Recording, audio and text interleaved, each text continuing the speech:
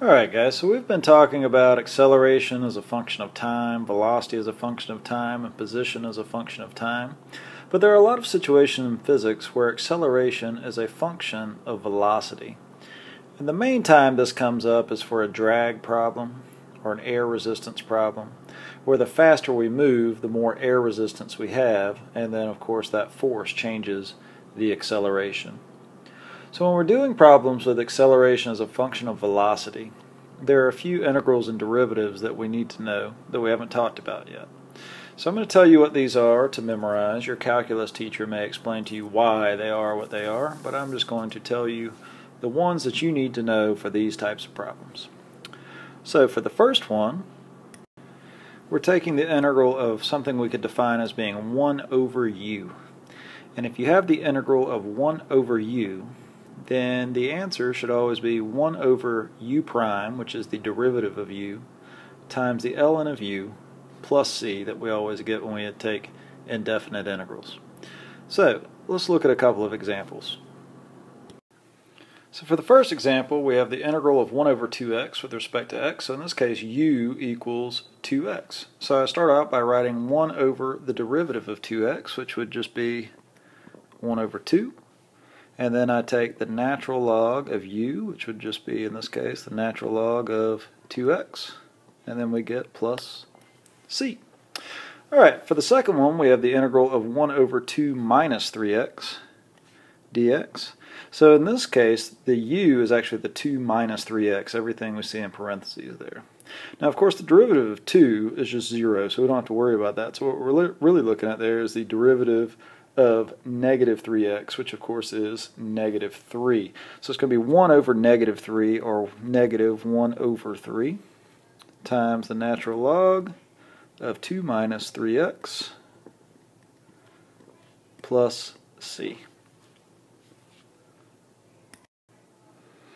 So the next integral we need to know is in the form of taking the integral of something that could be defined as a times e to the u power. And whenever you're doing that, the answer should be 1 over the derivative of u times ae to the u, the thing you originally given, plus c. So let's look at a couple examples for that.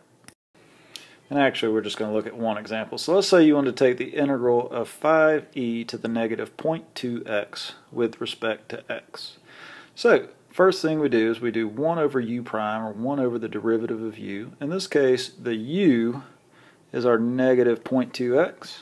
So the derivative of u would just be negative 0.2. So we need negative, or 1 over negative 0.2, or negative 1 over 0.2, times a, which is just our 5, times e to the u power, which is negative 0.2x.